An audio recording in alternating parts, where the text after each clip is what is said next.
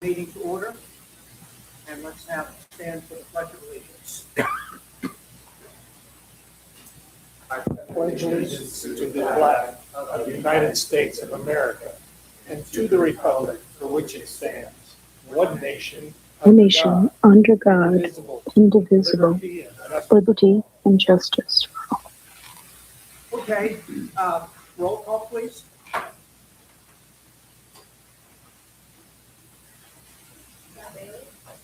Present. Peggy Cavallo, Present. Dr. Johnson, Dr. Nolan, Present. Commissioner Cowles, Present. Commissioner Bertling, Here. Chairman Fletcher.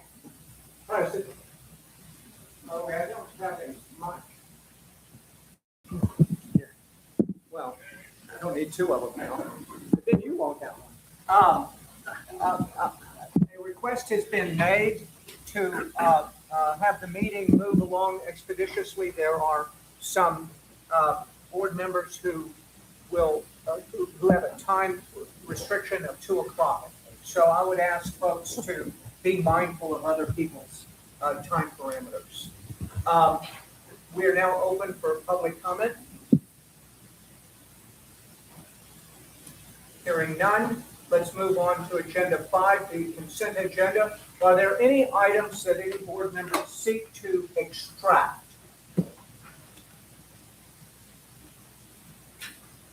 Hearing none, do I hear a motion to accept the consent agenda? A motion to accept the consent agenda. Is there a second? Mr. Chairman, I'd second the motion. Are there any objections? Hearing none, the consent agenda is passed. We go to item 6, and that would be the ballots for Benoit County.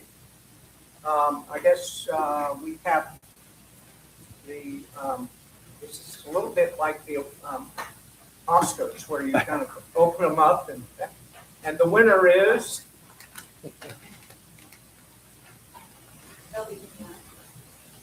Okay, well, why don't, I'll tell you what, why don't you be counting both of those? Can you do that?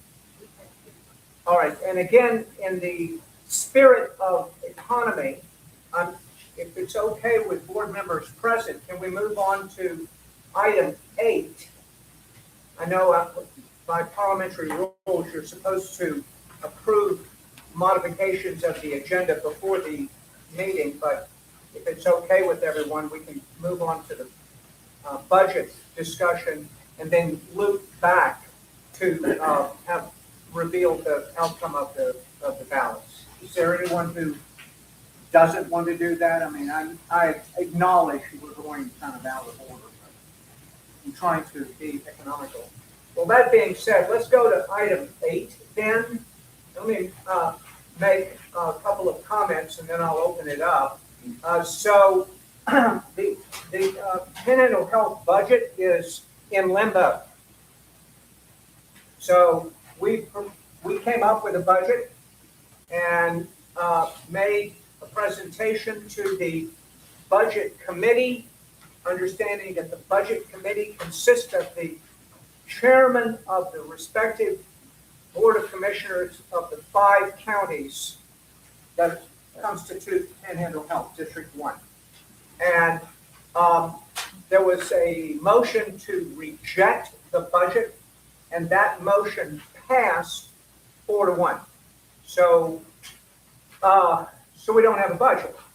And sadly, we don't have really direction on how to move forward with much specificity. So if you look at the language of the 4 no votes, okay, so there were 4 commissioners who voted against. Well, one county did not articulate a reason why it was a no vote, just voted no.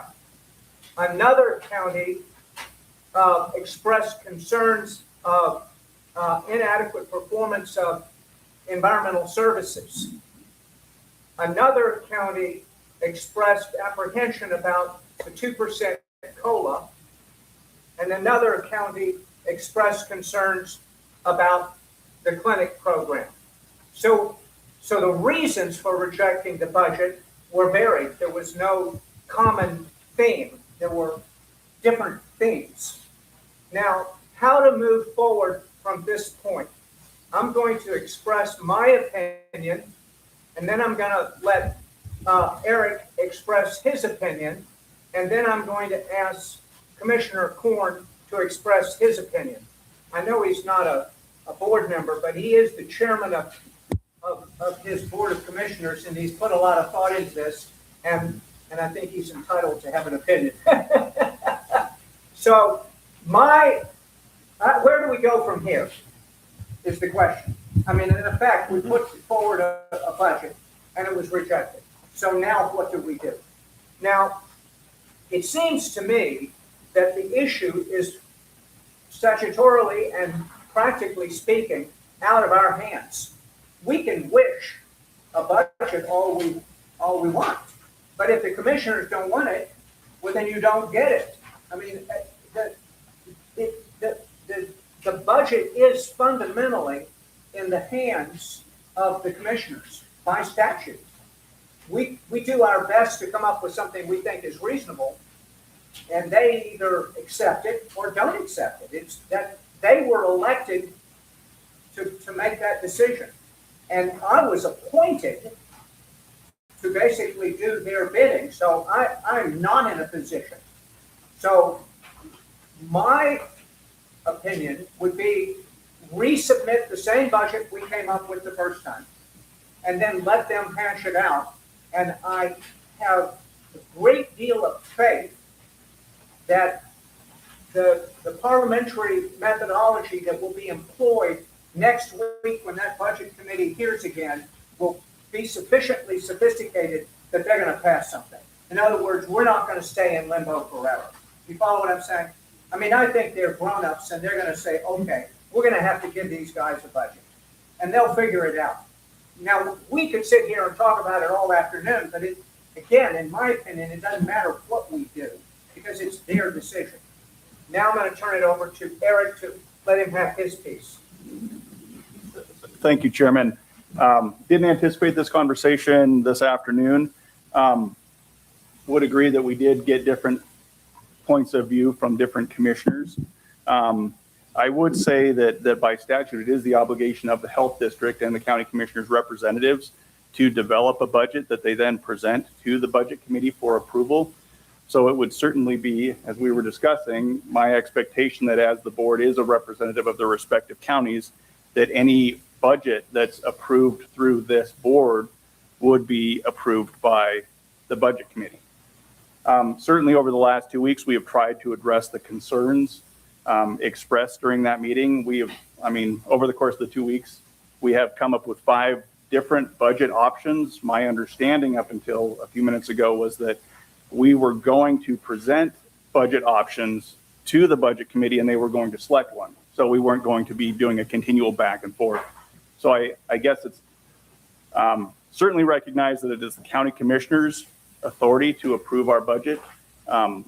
Just unsure how that's going to look in an upcoming budget committee meeting if we're not giving them thought out budgets on how we will operate the district.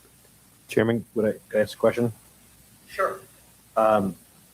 Eric, would you be willing to, so you said 5 different, I'm seeing on section 3, there's option 1 and 2, and then the change between the 2. Do you know what the other options you were talking about would be? The path that was taken is that immediately the day after the budget committee hearing, Christine and I met with Chairman Fletcher and Dr. Pennock, and we had a discussion. And at that point, we built out 3 budgets, which we then shared with Commissioner Matari, who is the chair of the budget committee. Mm-hmm. My understanding is that the Chairman Fletcher and Commissioner Matari had a conversation, and then we were directed to build 2, or Christine was directed to build 2 different budgets, which are in front of you today. Okay. My understanding was that was what the board was going to discuss this afternoon, and then those would go before the budget committee for consideration. Okay, thank you. So then my understanding is option one was the budget as it was, Correct. and option two is budget without clinic. And so when you say budget without clinic, does that mean no clinical operations at all in all 5 counties? No, we did the best that we could. I believe that budget still includes a medical director. It still includes a PIO for messaging. Well, those aren't necessarily clinic. Correct. As activities, far but as yeah. it would not include Yeah. medical clinicians providing services. Okay, in all 5 counties. Correct. Okay. And then what, was there any indication on the facilities that are currently being utilized for that? Was there any discussion on how that would result with those facilities, or they just go dormant? Or We did not have that. In the name of timeliness, we tried to keep it as brief as possible. Okay, thank you. Before turning it over to Commissioner Corn, are there any other board members who wish to weigh in on this?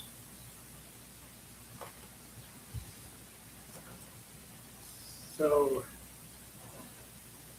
as far as option number 2, we didn't consider a limited clinic operation. It was We'd have It to was define, either what we do have, it or not do it. right, Good well, question. what we have now is limited clinic. But, Well, remember, we were down to one nurse practitioner. I don't know how you can be more limited than that. well, Chairman, I think what he might be referring to, because I reviewed the entire session, was there was only one county that was concerned about not wanting the clinic, and the other counties, 4 counties, had no discussion about not wanting the clinic in their counties. Correct. And so I think by limited, if it's, I don't mean to speak for you, but is that just removing services from the one county that had a concern? I know that has multiple difficulties with overall budget and and all that stuff, but is that what you mean, Glenn, more or less, or? Yes. In other words, there could be a happy medium somewhat, like you Right. say, because if there was one, sorry, there was primarily one county that objected to clinical services. I understand. Correct, yes. So the other counties should be polled or asked what would they find acceptable. Mhm. The revised plan that we've come up with, or to continue as is Mhm. option. In other words, Well, I like the way you're reasoning, which is precisely why, with every board member's permission, I'd like to allow Commissioner Corn to weigh in, because he actually has a parliamentary methodology that's going to fit your very question. Okay. So, Commissioner Corn. Okay, so I've come up with a possible solution. I've reached out to Chairman Matari a couple days ago. I have not heard back from him yet with my suggestions. What I suggest is that we do it in 3 phases, the budget in 3 phases. The first phase being approving the budget of clinical services, the clinical services budget. If that's approved, then we move on to phase 2, approving the environmental services budget. And then once that is approved, then move on to the third phase, which would be the COLA increase and pass that. And I think that might help things move along a little faster, since it's my understanding that it was one county that was opposed to each single item. So you add up 3 or 4 items and you end up with no budget being passed. So I'm waiting back to hear from Chairman Matari to see if that might be an acceptable method on Tuesday to move forward with. Okay, thank you. Let's see. Peggy, do you have a question? Well, I had a question because there was discussion about clinic, but still continuing with the medical director. What was the rationale there?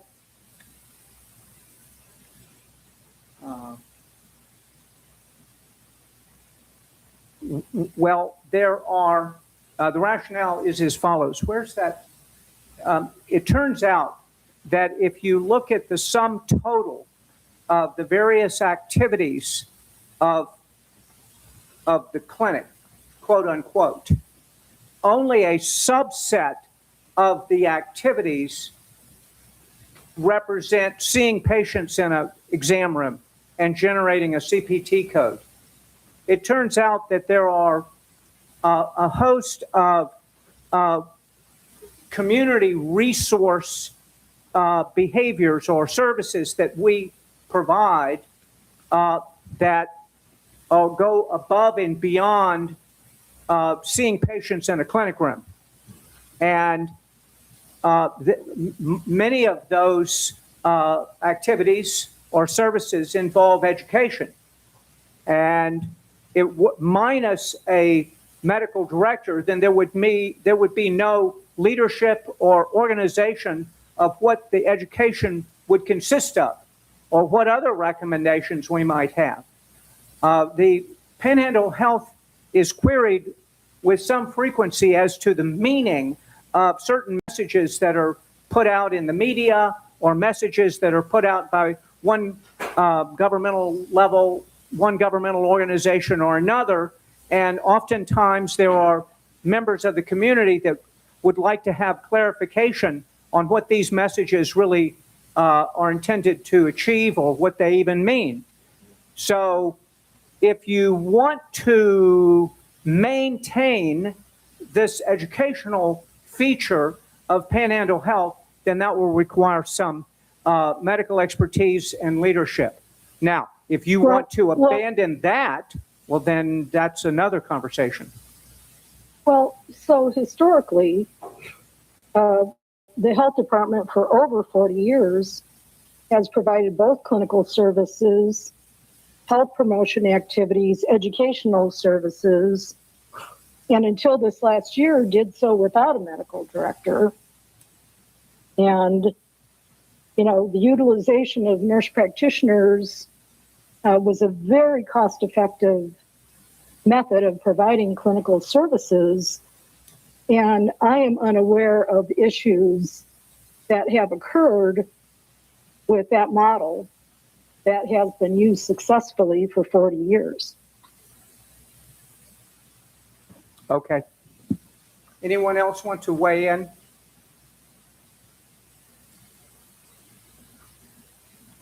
All right. Again, according to Eric, we have to, by statute, present something, some budget to the commissioners next week. We cannot abdicate that responsibility. Commissioner Cowles. There's someone who, yes, Melissa. Yes, I just want to let you know, Shoshone County Board, the board, we had a meeting discussing this. So everyone's on the same page with Shoshone County. There was just a lot of confusion going on with our chair, with everybody. Partially probably my fault, but we did have a meeting. We had an open meeting on it, and I just want to let everybody know that everything was clarified on the Shoshone County and for the budget. Are you saying that you are in support of the budget, the original budget? Yes. Oh, Correct. Oh, thank you. It was all clarified, and we all had a meeting on it. Well, then could I be so bold, Commissioner Cowles, to ask you to make a motion to resubmit the original budget? Would you be willing to do that? Yes. Okay. We have a motion. Yes. Do we hear a second? Why don't we discuss that briefly? Well, we'll have a motion and a second and then discuss. That's parliamentary. We have a second, Dr. Johnson, and I think Glenn Bailey would like to discuss it. Go for it. So, given this, were they the county that objected to the proposed budget? Yes. For their own reasons. Okay, so that would resolve that issue and allow the budget to move forward as was presented to. Not was, it's close.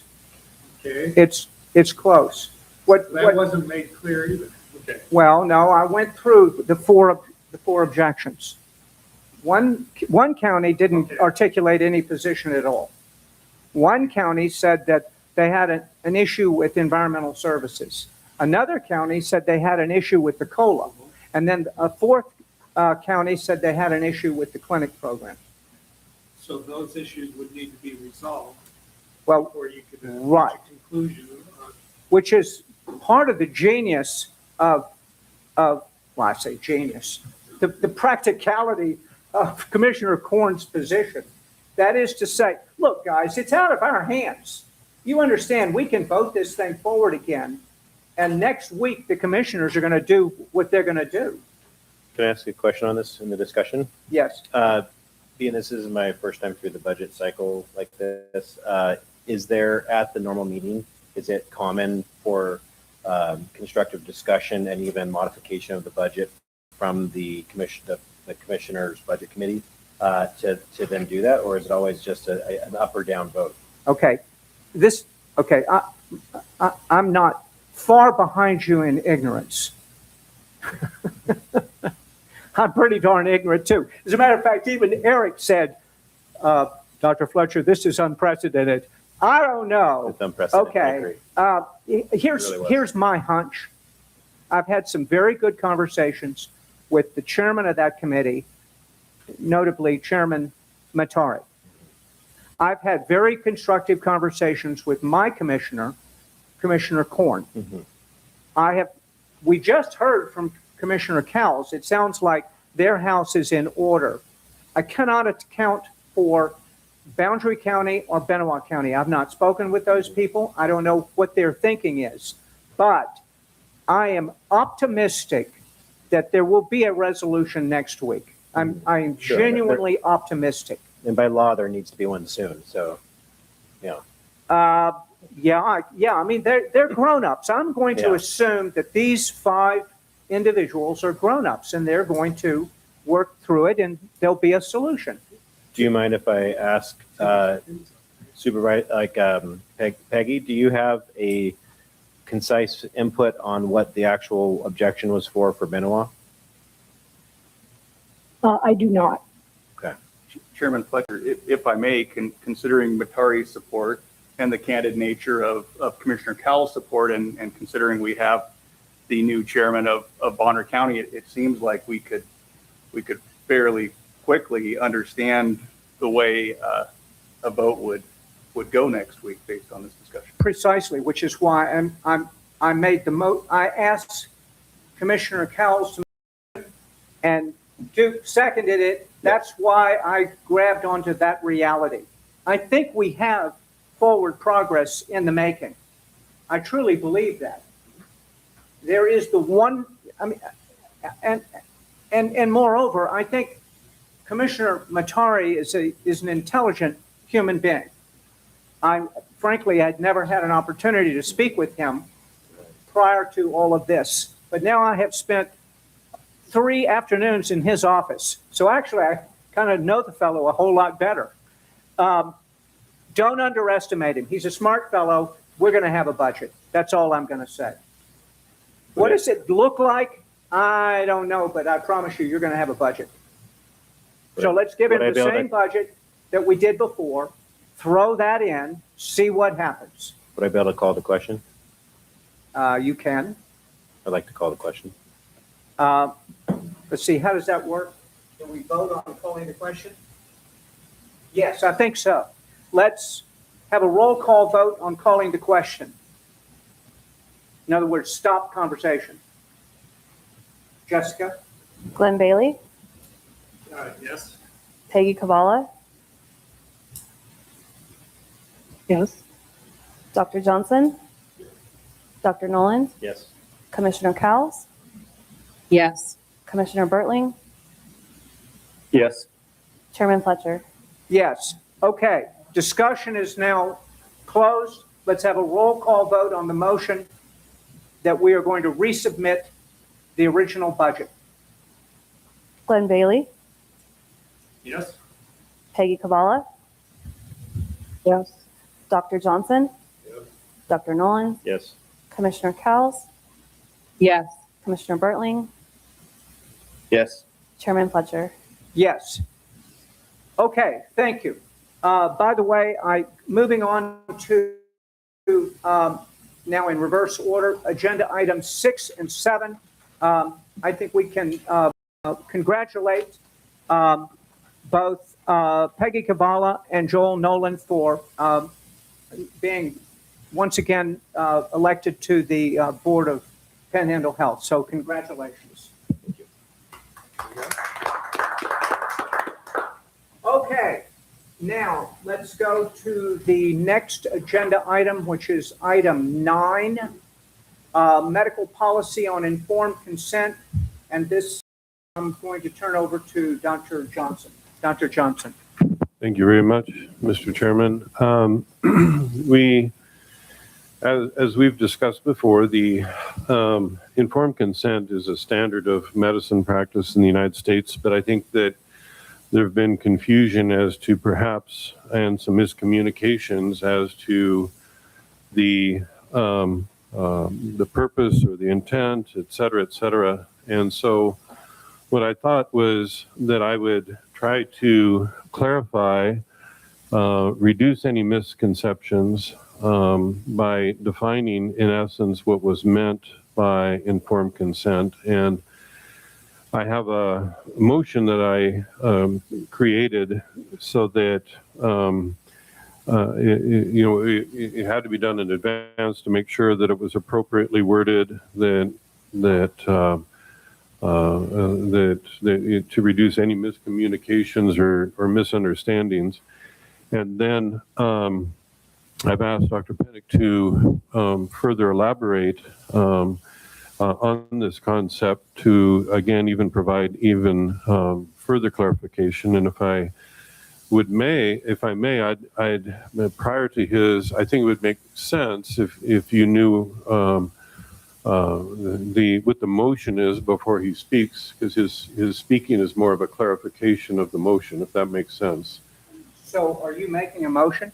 Yeah, I was planning on it now. Well, and so I don't know if you want me to wait until Mr. Pinnock has finished his explanation, or if you want me to make it now. But I think for those who may not be familiar with what the motion is and its definition and its attempt to reduce miscommunications and misunderstanding, that it might provide some benefit for everyone, listening, if that makes sense. okay, sure. Your call. Sure. It's your topic. The motion is all patients receiving procedures, pharmaceuticals, and other medical interventions at a Panhandle Health Clinic shall participate in an informed consent process prior to the intervention. This process shall include discussion of the nature and purpose of the proposed intervention, reasonably foreseeable risks and benefits, available alternatives, and the consequences of declining the intervention. The healthcare provider shall assess the patient's understanding and provide information in a manner appropriate to the patient's questions and level of comprehension. FDA-approved labeling, medication guides, and other patient educational materials may be used to support the process, but they do not replace individualized clinical counseling. The informed consent discussion and patient decision shall be documented in the medical record. I second that motion. So as part of our discussion, should we have Dr. Pinnock at this point? I think that's very appropriate. Board of Health, I appreciate the opportunity to talk about informed consent. Over my decades-long career, I've consented thousands of individuals, mainly for cardiac procedures. Others in the room have practiced informed consent as well, so I do know something about informed consent. And that's not advancing, so I'm not sure.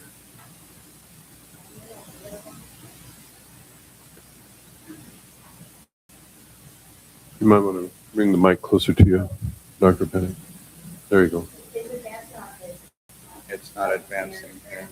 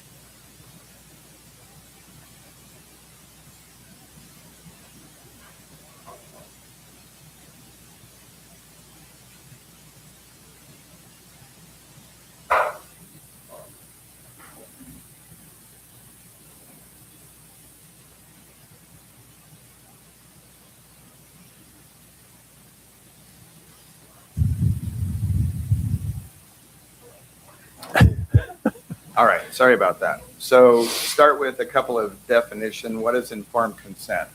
These are the two definitions that I like the most.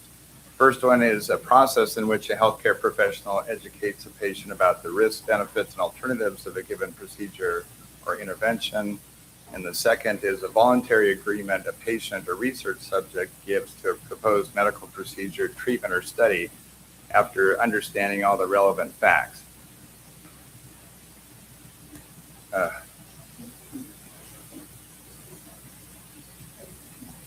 Try to space.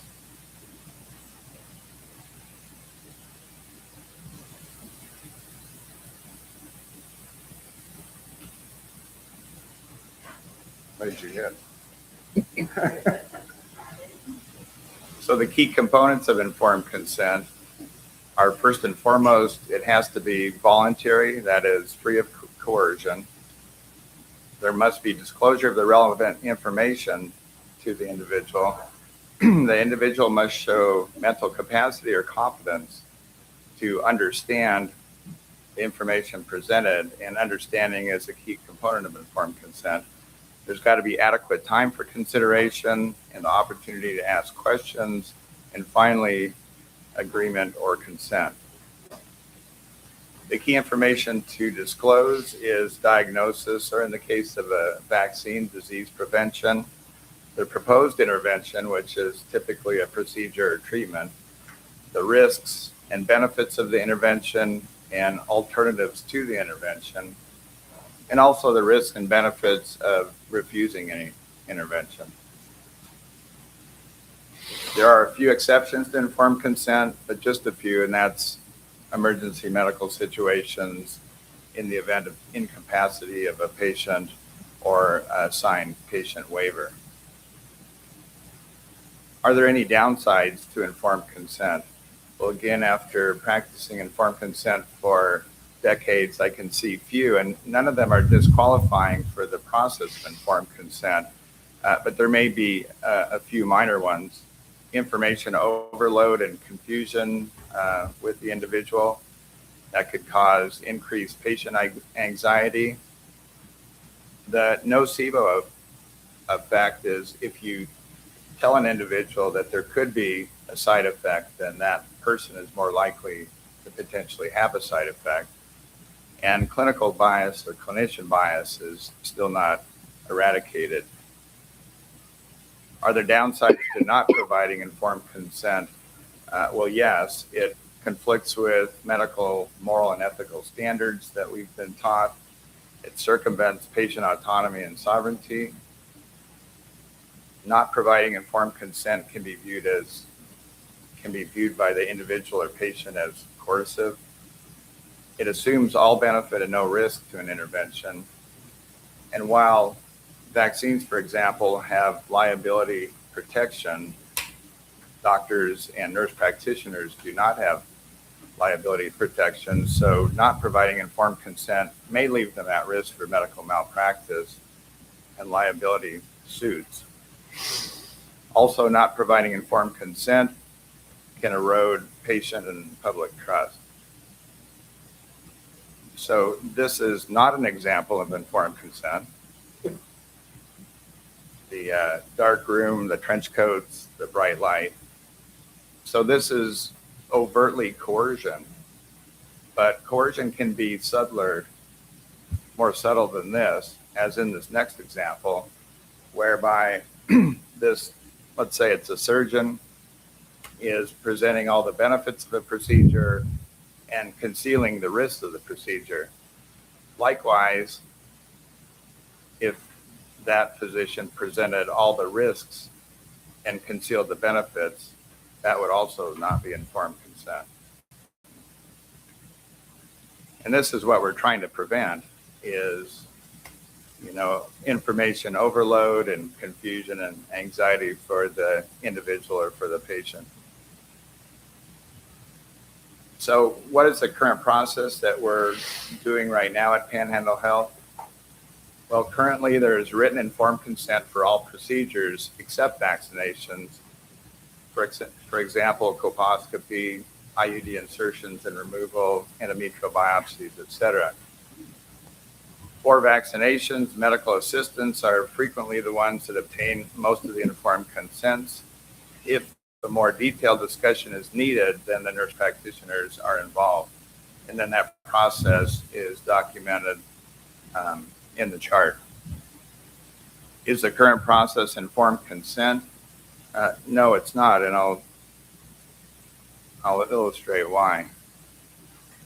So this next slide might be a little bit small to see, but it's not an informed consent form. It's called an immunization enrollment form. And the top part of that left page is mainly demographics, nothing too outstanding. The bottom part, however, is patient acknowledgments. So this is given to the patient or the individual at the front desk. The first item, it says, I authorize the recommended vaccines to be administered. The second point says, I've been informed that I've been enrolled in Idaho's IRIS system, which is the immunization reminder system.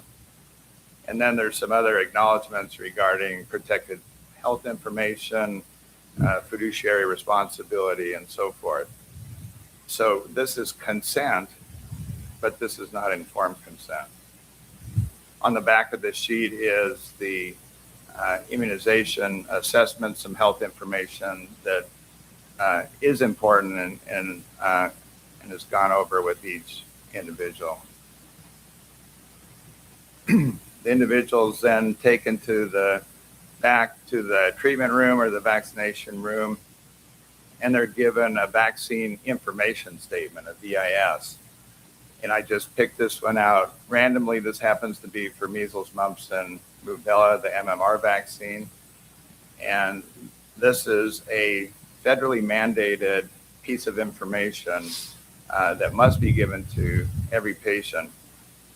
And per the CDC website, VISs are written to fulfill the information requirements of the National Childhood Vaccine Information Act, not as informed consent forms. So if you look at this, it does give some information that's useful. Why get vaccinated? It talks about measles, mumps, and rubella. It talks about complications of those diseases. It does not talk about the frequency of those diseases in 2026, and it doesn't talk about the frequency of the complications for those particular infections. If you look on the back of the VIS, then it talks about risks for a vaccine reaction, and it lists the usual ones: sore arm, redness, fever, mild rash, swelling of lymph nodes, joint pain. It says that more serious reactions happen rarely. It talks about low platelet counts that can occur, and it also talks about people that have immune system problems that shouldn't get vaccinated with this vaccine, since it's a live attenuated virus vaccine.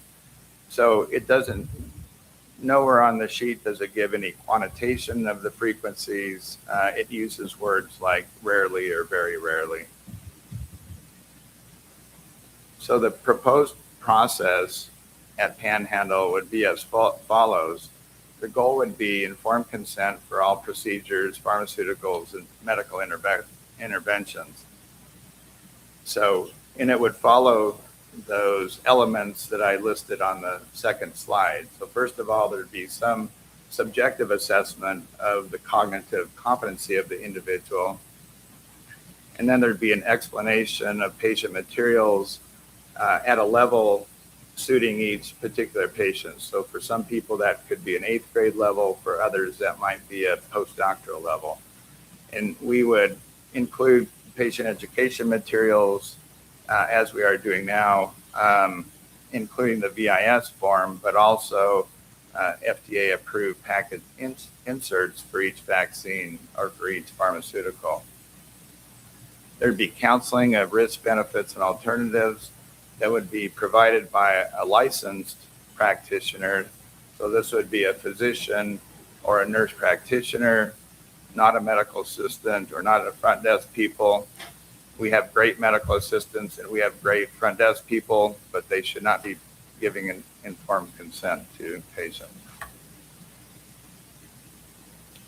There would then be time to digest the information, the ability to ask questions and have those questions answered fully. The consent would then be signed by the individual or the parent or the power of attorney or the guardian. And the consent form would also be signed by the informing healthcare professional as an attestation that they gave appropriate informed consent. So here's an example of a package insert just to show you what it looks like. This would be on the benefit side. It talks about seroconversion, that is the production of antibodies in response to this particular MMR2 vaccine. And to the extent that seroconversion parallels protection, these seroconversion rates are very high with this particular vaccine. And so that's the clinical efficacy part. Under number 5 is warnings and precautions. It goes into a little more detail about febrile fevers and febrile seizures, which isn't included on the VIS. It talks about hypersensitivity to eggs, which is not included in the VIS. It talks about the possibility of causing low platelets or thrombocytopenia, which is mentioned on the VIS, and then a family history of immunodeficiency, meaning that this vaccine should be avoided in people with immunodeficiency, and that should be worked out before receiving this vaccine. If you look under number 6, adverse reactions, there's numerous reactions that have been reported. These are adverse reactions that are identified during clinical trials or reported during the post-approval process. You can see that it affects a number of organ systems. There is no frequency that's given. With some vaccines, it is broken down into specific categories of frequencies. This particular one, there is not. But if you go down a little bit farther, it talks about the safety study that was done. And basically, this is the safety study for the MMR2. It looked at 2 groups. No placebo group was included. It talks about serious adverse events that occur comparing an intramuscular injection versus a subcutaneous injection, respectively, keeping in mind that the difference between an intramuscular and a subcutaneous injection is a matter of millimeters.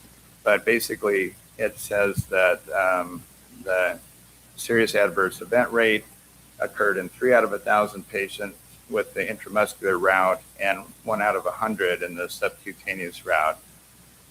And this safety study lasted for 42 days, meaning that adverse events were categorized and compiled during that 42-day period. Any adverse event that occurred after 42 days was not included in this trial. And a footnote that I made, which is my own and does not appear on the package insert, but just for information, a serious adverse event is defined as death, a life-threatening side effect, hospitalization, disability or permanent damage, or birth defect. So this is information that an individual or patient may want to know. So this is a discussion about informed consent, not about vaccinations, but vaccinations always come up. So the question arises, why informed consent for vaccination? So every medication, every supplement, every surgery, every procedure has potential benefits and risks, including vaccinations. The human body has a great natural mechanism for warding off foreign invaders, including the respiratory system, including the GI tract, and including the skin. Needle injections bypass those natural mechanisms the body uses to protect itself. And no vaccine is 100% safe or 100% effective. And long-term safety studies using true placebo controls are absent for all childhood vaccines and lacking for most other vaccines. So because of the potential risk and benefits, informed consent must be obtained prior to vaccination. So let's just run through this, not to get into the weeds, but at a 30,000 foot level with potential benefits, risks, and alternatives to vaccinations. These are the benefits that everybody knows about. It can prevent, they may prevent infection, transmission to others, complications of those infectious diseases, and provide herd immunity. On the risk side are short and long-term side effects associated with any of the vaccine components. It can be with the antigen, with the adjuvants, or any other of the stuff that's in vaccines. There can be interactions potentially among multiple vaccinations and potentially cumulative side effects or one or more vaccinations. And then the alternatives to vaccination, natural immunity, infection prevention measures such as good hygiene, hand washing, supplements including vitamin D, zinc, keeping the body healthy and the immune system healthy, gargles, nasal lavage, those type of things. And early treatment in that there many of the childhood diseases, especially that are vaccinated for, have beneficial early treatment. The potential risks and benefits of refusing vaccination would also be discussed. So the risks of doing this could be infection, could be complications with that infection and transmission to others. The benefits would be no side effects associated with the vaccine, less or no chance of vaccine interactions, and less or no chance of cumulative adverse reaction. So thank you. I appreciate the opportunity and happy to answer questions if there are any. Okay, we are now open for discussion. Are there any board members who wish to weigh in at this juncture?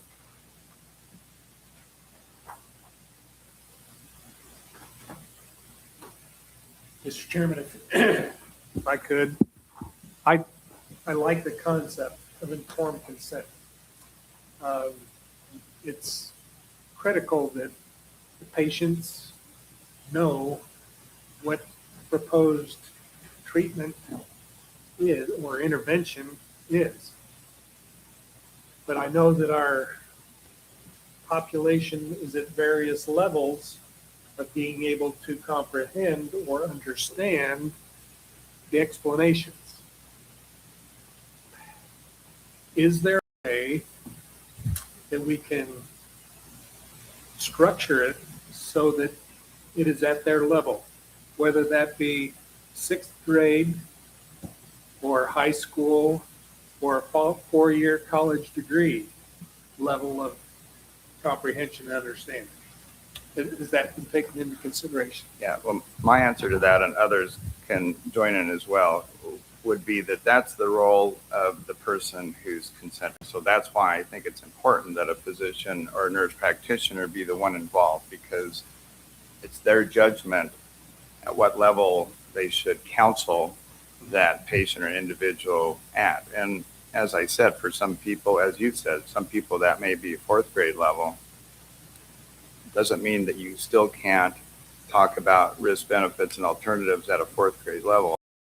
For some people, it may be postdoctorate level, and that's the other reason why a physician or nurse practitioner should be involved. So that's how I would answer that question. Yeah, I'm perfectly in agreement. I do that on a regular basis with patients that I see, and it doesn't take long to get a feeling for what level they're at. And so I'll ask a couple of questions. Have you, do you know what this word means? Are you familiar with this? Do you have a background in this, et cetera? And within about 20 seconds, I know where I need to go. So that's where I think it's excellent that a nurse practitioner or a physician is the one doing it, because they'll have so much experience already doing it every day. Sure. So another follow-up question. What's the potential of using AI to assist in this? And you could tell the AI, okay, I've got an individual here who, has a 7th grade level of education, and very little experience, and is afraid of certain things. And the AI can go in and structure this. Well, my experience, because I've had patients coming in with statements that they've looked up on AI, and what's interesting is that the programmers, it's not a perfect source of all knowledge. Still How- yeah. How the person, well, and I don't know that it'll ever get there, because how the person asks the question will provide a different answer. And if the patient is expressing a bias, it will agree with that bias. And so, in other words, it wouldn't be a good source of informed consent, because it'll take them down the pathway that they've already been informed of. And they may not see the other side, which may be of benefit for them. That's why I don't think that will ever be a good pathway. I don't know how they can perfect it to be the source of all truth. So how would we educate our staff in providing informed consent? My thought would be they do it all the time throughout their professional career on a daily basis. That would be like saying, how can we instruct people in construction to build buildings? I mean, this is what we do. I think part of it, Glenn, maybe for a more practical step would be provide a consistent data set that's expected to be presented for a given therapy, and then with the nuance and art of that process from their experience, like Dr. Johnson's saying, they could then know how to adapt the presentation of that. But that information is what needs to be gotten across. So that's one strategy of saying that. So A lot of that is dependent on their experience level, though. mm-hmm.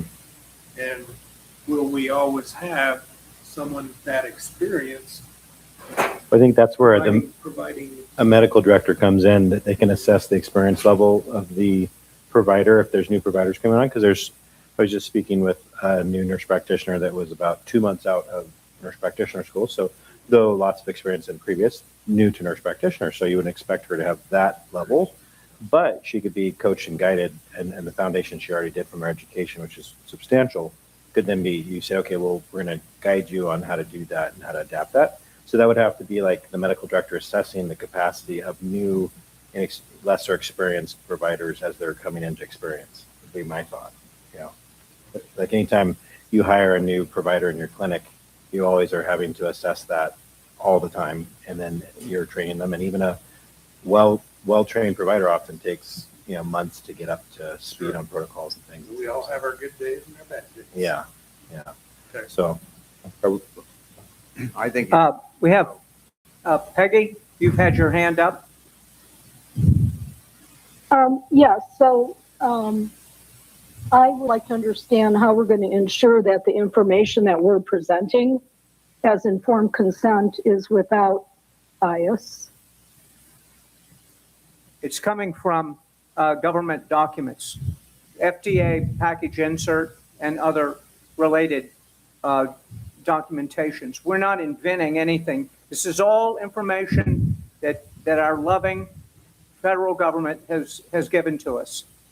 most of it And could the be other referenced. point I would, Most of it could be referenced to also articles and journals, and also case studies would be reasonable approaches. And so that way there can be a consensus on that. the other point I would like to bring up is that we did have a legal opinion in March of 2025 that actually advised the Board of Health at that time to exercise caution in regards to the informed consent process, because it really is between a provider and a patient. So to eliminate that, that the Board of Health is quote unquote practicing medicine, Chairman? and to make sure that we are not providing any kind of information that could be inconsistent with state law policy. And of course, unfortunately, we don't have legal counsel now to weigh in. So I just, referred back to that document that was approximately, I can't remember, look at how many pages, 1, 2, 3, 4, 5, 6, 7, 8, 9, 10, 11, 12, 13 pages.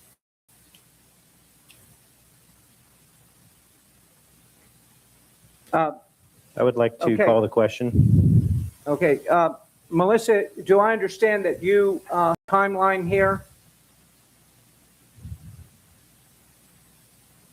Yes, I do. Okay, so, Dr. Nolan has called the question to be respectful of your timeline. Can we have a roll call vote to call the question? Glenn Bailey, Could I get clarification first? The question is to go ahead and vote on Uh-huh, approving this. right. Out of respect to Commissioner Cowles.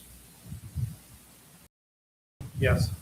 Okay, keep going. Peggy Cavallo, I'm going to abstain. Dr. Johnson, Yep. Dr. Nolan, Yes. Commissioner Cowles, Yes. Commissioner Bertling, I'm going to abstain also. Chairman Fletcher. Yes. Okay, the discussion is closed. We will have a roll call vote on the motion, which has been seconded. Jessica, roll call vote? Glenn Bailey, Yes. Peggy Cavallo, No. Dr. Johnson, Yes. Dr. Nolan, Yes. Commissioner Cowles, Yes. Commissioner Bertling, No. Chairman Fletcher. Yes. The motion passes. Congratulations, Panhandle Health. We are now turning to Agenda 10, the Director's Report. I do not have anything to contribute to this meeting today. Do I hear a motion to adjourn? A motion to adjourn? A second? Second. Okay, have a good rest of the week.